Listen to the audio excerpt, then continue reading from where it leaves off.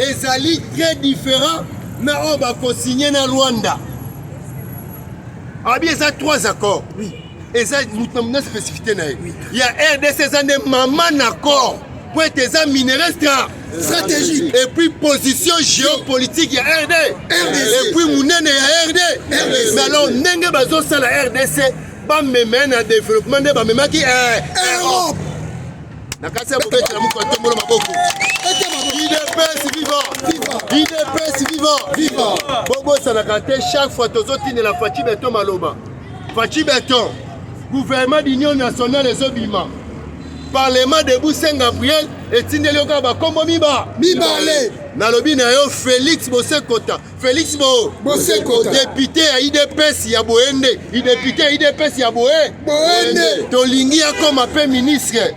Batebele ba ebi ete tango kaka ILK. Mukolo na ngonde yewa. Félix Bosekota. Félix Bosekota. Tosengi Félix Bosekota à côté du gouvernement pour nous PPSI. Yassika. Jacob ya